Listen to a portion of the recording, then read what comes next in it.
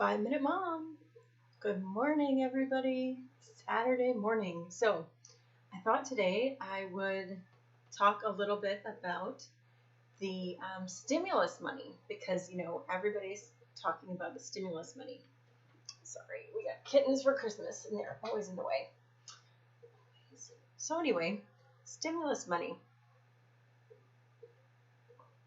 So, I thought I would just take a minute, hopefully, maybe a minute and 30 seconds, to draw you a little diagram of what it means when we get stimulus money, what it means when our elected officials are making plans to give bankrupted states money, billions, trillions, all of these numbers. So I thought I would just do a quick little diagram with what's happening in the minds of people in Washington, D.C. right now, I think where they're at. I'm going to keep it really simple. So we have at the beginning of the cycle, I'll put a little star so we know where we start here.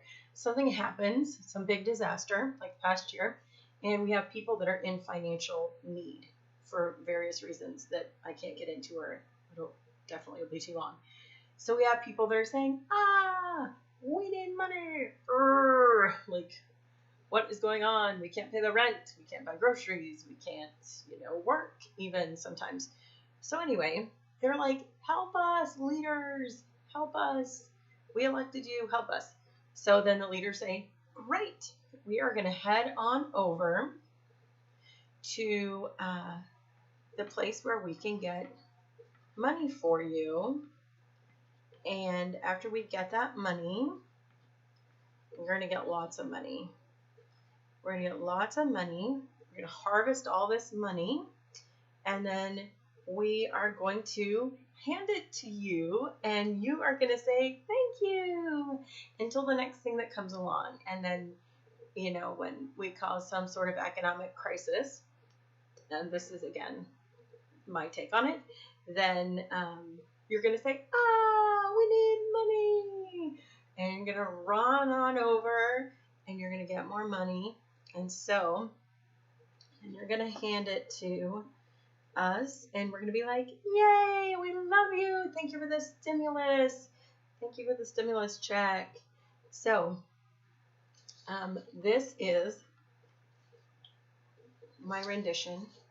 I'm not an artist of what is going on right now in the minds of people at Wall Street, not at Wall Street, because they know what's going on at Wall Street.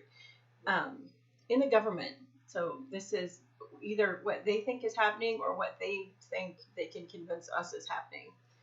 So here we go. Start right here. We need money. We need money. Okay. We'll run over to the money trees. And we'll get a bunch of money and we'll hand it to you, and then you can be happy. Yay! I forgot to put a mask on that guy. I mean, he's working in the government. There. Fixed it. Okay. I put a mask on him on the bottom. So there you go. He's going to run over because they're not socially distanced. So they get their mask on now. They can run over to the grove, grab some money, grab piles of it, hand it out to all the happy people. And that's how it is. So, obviously I'm kidding. We all know money does not grow on trees. But you should be very impressed with my skills here at explaining things, and my technical skills, because here you get the real thing, and you're not going to see like animation being drawn on the screen as I'm talking, because I think we're just keeping it old school, crayon and paper. So anyway, we all know that's not true, and it is a little scary. I like Meet Kevin.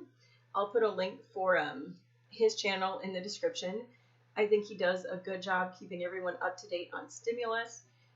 He does get a little dramatic about things sometimes, but I don't agree with everything he says, but I think he's a good source for keeping updated, especially if you're wondering, like, well, what does this really mean? Like, will there be inflation? Will my $1, be worth a penny? And will my $100 be worth, you know, one, I don't know. I mean, like, that's pretty drastic. But anyway, he does a good job of explaining it from his background. So I'll put that link in the description. But what I really wanted to talk to you about this morning was finding your community. So if you haven't yet found a good community outside of your own home, start building relationships with people. Start asking them about their family. Ask them about, you know, in your neighborhood with your extended family. You already know the family because you are the family. Ask them how their job is going. Ask them if they've been doing anything fun lately. Movies, books, whatever. Start building relationships with people so you have community. So if the poop does hit the fan financially with all of this, you know, stimulus, and our American dollar doesn't do so well, we're going to need to help each other out because we are all in this together. And as Christians, we need to hold the line. In my opinion, where we need to stop this is right here where the star is. This going, saying, give us money, we need money, this whole thing. Like, by the time it gets to here and they're handing out the money, I'm like, I need some.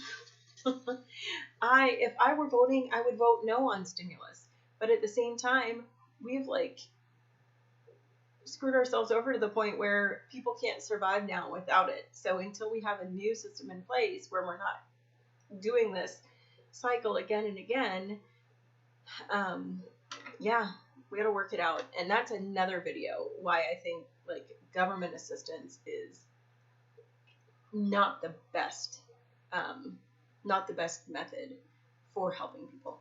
So anyway, but that's another video. So for this video, community, because it's going to come to a point where those of us who are able to give more out of an excess or even out of our own need, that we're still able to give out of our need, even though, you know, whatever, that we're able to do that. And we're only going to be able to do that if we know where the need is and we're communicating with each other and we're living in community. So I think it's just good to start forming relationships with people. And then also, so a note on receiving generously, which is much harder for me than giving. Like, I will give out of a need all the time. Like, it's just part of my personality. Like, you know, I will. Like, I'll give money that we don't have to give, which is a conversation that, you know, used to happen more frequently. It happens less frequently now between my husband and I. But yes, giving is good. Receiving generously, how do you receive generously? So we have a big family, and people see us in the community, and we have relationships with people, and they want to help us. Like, they want to help us. And I would say sometimes God moves people to give in a certain way. So we have to be able to receive. So when people want to give me boxes of books or boxes of clothes or whatever, money, because sometimes that happens too, it can be really overwhelming. And my first reaction is always to say, find someone else. Like, we're doing okay. We're survivors. We're going to make it. I don't want more clothes. I don't want more books. But you know what? I've learned that they're cooperating with God's grace in that moment, and I am not. Now, maybe, like, this depends on you also, because sometimes people just can't take more stuff in. I'm kind of resigned to the fact that when someone offers, I will say yes, and I will take it, and I will redirect it where it needs to go. If we're not going to use it, I will donate it to the local thrift shop here that supports crisis pregnancy. Okay, we have a thrift shop that all of their proceeds go to women in crisis and help them figure their life out and care for their baby and all of this. You know, they have women that are in crisis pregnancy that actually volunteer and work in the store. They do job training. It's amazing. So I'll take clothes and I'll, figure that out, or books, and I'll figure that out. And so that is part of a way that I can minister, not only to the person who has that call on their heart to give or do something to support a mom with a large family, which is good, and we need to reinforce that, but also to get things where they need to go if we can't use them. And it's humbling. Like, how good is that for me to realize whether it's this person giving me something or it's God giving me something, it's all God giving me something, and I need to be able to humbly receive that. So I would just encourage you to really pray about, like, when people offer you assistance, how you respond to that. And on a related note, and this is a whole different video because I'm over 10 minutes now. If you think about assistance, like generosity, and being able to receive that, also think about compliments and being able to receive that for yourself and for your kids. So if somebody says, oh, your kids are so well behaved, or, oh, you know, like they're so happy, sometimes my initial response is, you didn't see her last night at bedtime, or it's a lot of work to keep them in line like this, or, you know, boy, no, they're really a little turd sometimes. That's a whole other video, but really think about what you're doing there. First of all, you're like kind of throwing your kids under the bus, and most of the time they're in earshot, so we don't want to do that. And then also, somebody is being prompted to give you a compliment as a parent. The best thing you can do for them in that moment is to receive it, because we need more compliments. So when you compliment someone's kids and that person says, thank you so much, it's really good to hear that, but it's just putting more good into the world. And if they say, yeah, well, sometimes, you know, you didn't see him this morning when he like climbed up on the counter and dumped a whole box of cereal on the floor. That's funny. It's a funny story, but it's not the same as thank you so much. And again, sometimes we need people that we can just be very real around. So do I take everything that my mom offers me? No. Sometimes she's just trying to clean some crap out of her house. Hi, Mom. And I say, no, I don't need that. I don't need more stuff. And she's okay with it. She's my mom.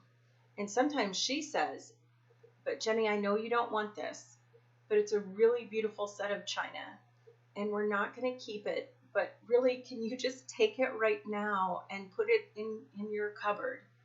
And just don't tell me if you get rid of it later, because I just can't donate it. I can't let it go. I really want somebody to want it, and I don't care if you get rid of it later. And then it's up in the cupboard and you forget about it until your 10-year-old says, Mom, what are those beautiful teacups up there? What is that? Why don't we ever use that?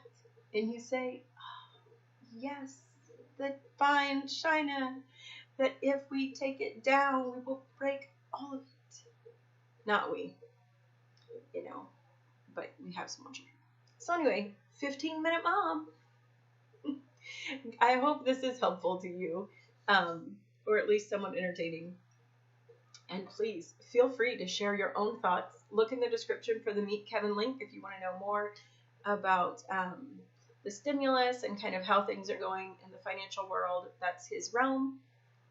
God bless you. Good measure, packed down and overflowing. Enjoy your weekend, and remember to thank God for all his blessings and be generous, not only with giving, but also with receiving.